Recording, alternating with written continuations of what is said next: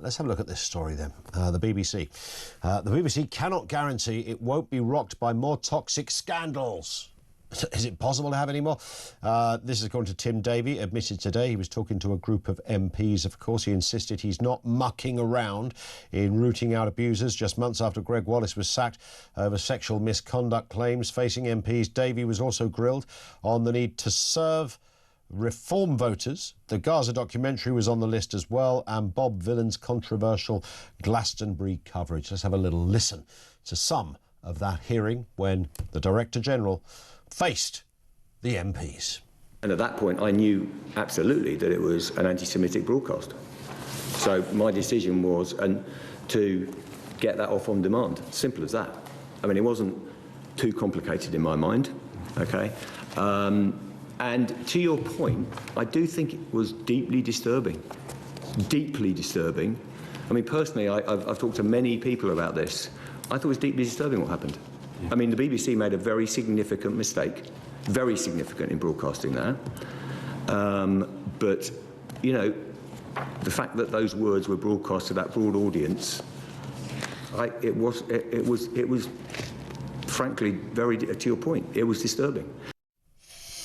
It was disturbing. Rebecca Ryan is campaign director at Defund the BBC. Afternoon to you, Rebecca. I mean, I'm not suggesting he's not acknowledging it, but when he says it was disturbing, it kind of slightly underplays what actually happened there. It really does. I think I mean, the pair of them there, Samir and Tim, were just sort of squirming, weren't they, under these questions, but sort of desperately trying to get back to that comfort zone of, you know, well, it's the BBC, we all love the BBC, yeah, just to say that the way they talked about that, it didn't quite sum up. I mean, Samir in the past has said that it's a dagger in the heart of the BBC's credibility, and I think that is closer to the mark of what the public think about letting those comments be aired at Glastonbury. And the thing is that what people want is for the BBC to start taking accountability and not just sort of say, oh, you know, we messed up again, yet another thing. No, it's okay, you know. Haven't got a toxic culture, it's okay, you know, we've got things in hand, and then yet again something else happens. Have they got a toxic culture, or are they, the defence that is often given is, look, they're absolutely massive. They're massive in this country, but they're massive globally. If you have that many thousands of people and all the offshoots, you know, you look at the Gregg Wallace story, yes, the BBC broadcast it, they don't make it. That's the case with many programmes. If you put all of that together, there's monolithic array and strands, there's more tentacles than you can think of, then they're going to have a proportion of stinky moments in there. That would be their defence, and they're not disproportionately represented at the BBC no more than anywhere else. In fact, some argue they're underrepresented compared to other broadcasters. What do you say to that?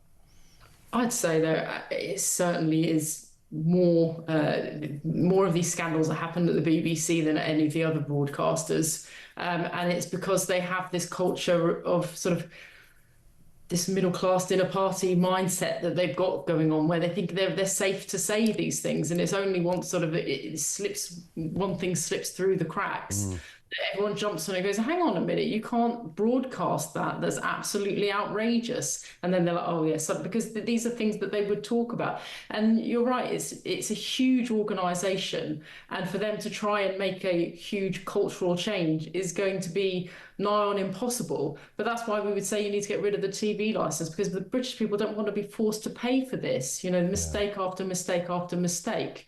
And if they were just sort of answerable to paying customers in whatever form, subscription or advertisement or whatever, then people could switch off and not pay for them. But if you watch any live broadcast TV at all, whether that's Sky News or, you know, any other live broadcast TV, then you're forced to pay for the BBC. So you can't really vote with your feet unless you stop watching live broadcast. I mean, the sort of, not even elephant in the room, it's just the most obvious thing here is it's no longer possible, even if you park the kind of errors and, you know, what's happened with the Gaza documentary and the like, even if you put all that to one side, just the existence of the BBC in its form, it's not just notionally, it's literally impossible to defend in the 21st century. The only argument I used to come up with about 10 years ago when we talked about this kind of stuff, Rebecca, was a romantic one about Saturday nights watching Doctor Who, The Generation Game and Parkinson with a bit of Starsky and Hutch thrown in, which is no argument at all for running a multi-million pound business.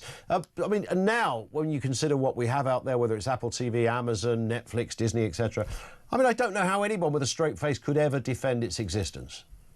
Absolutely, and anybody with children or sort of teenagers or young people in their family knows that the young people aren't watching, they're not sitting or waiting to have content broadcast to them, you know, so there's no way they're going to be paying for license fees when they set up their own homes. And one of the things that the BBC is actually sort of doing okay out of is the fact that so many young people are still having to live in their parental homes because they can't afford to get their own places. But once they do strike out and are able to do that, then they won't be getting TV licenses because they don't watch any live broadcast TV. So they've got this sort of huge issue that's coming down the line for the BBC where they can't keep justifying it. And it's really frustrating to see Tim Davie and Samir Shah, they're sort of almost businesses trying to push this business as usual narrative.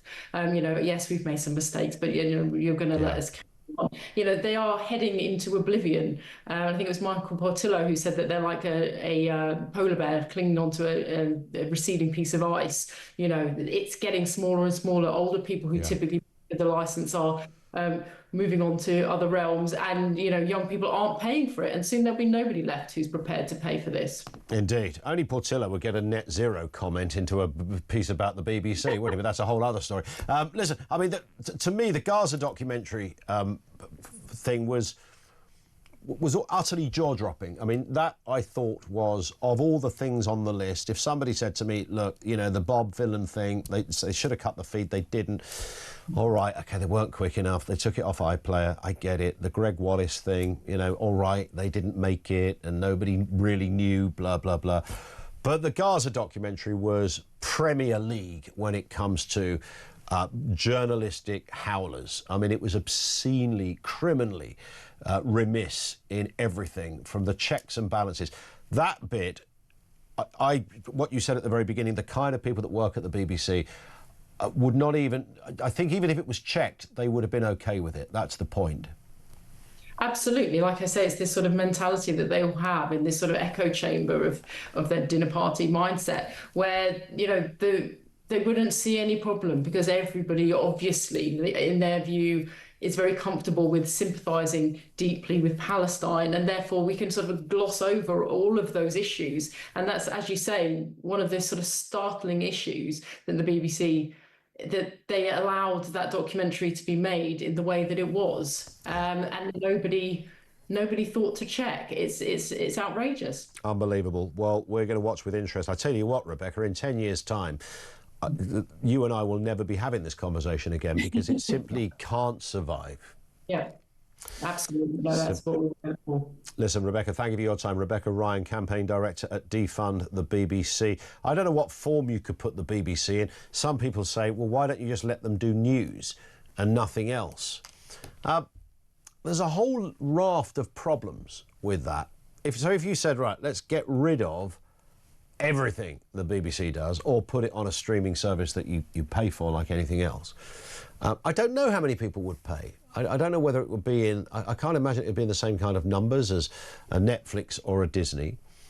Or you say, well, we'll have a smaller TV licence. The TV licence will be 20 quid a year, and that will fund objective, non-commercial news. So it's free from any potential kind of financial, as in sponsorship, implications. There's no paymaster above other than the taxpayer. So you get into all of that. One of the problems, I won't bore you too much about this, but journalistically and working in the commercial world as I have, apart from about 5 minutes when I worked at the BBC, pretty much all my life I've worked in commercial radio. And it's very, very difficult for the commercial world, not just in broadcasting, but in newspapers, in magazines, to make money these days. And so when the taxpayer gives the BBC tens of millions, hundreds of millions of pounds in order to make news. You are also taking money away. I mean, look at their website, for example. They have this, just God knows how much it costs to run and keep and how many people work on it. You look at all of that, that's funded by the taxpayer. If I wanted tomorrow in a first world democracy to start a news web page, I'd be absolutely stuffed. And my first point of being stuffed would be the existence of the BBC. Now, there's a good argument to say, well, that's just not fair, is it? It's not fair that I cannot take on the BBC because the BBC are funded by the government, the taxpayer. So they get, that's an advantage. That's an advantage that in any other world would go against all competition rules that you would set out in business. And that's one I feel quite strongly about, because it is hard for local newspapers are royally stuffed and all that, you know, BBC stuff. I know they try to do the regional thing. Some elements of the BBC website even try to put on local newspaper reports so that they're seen to acknowledge that there are other companies out there trying to make. It's just hard at any level to really defend it, you know? So even if you said 20 quid a year, all you get is news, nothing else, all you're going to pay for. I get the idea, it's still unfair. And it's a massive unfairness to everyone else trying to make money and hire people and the like.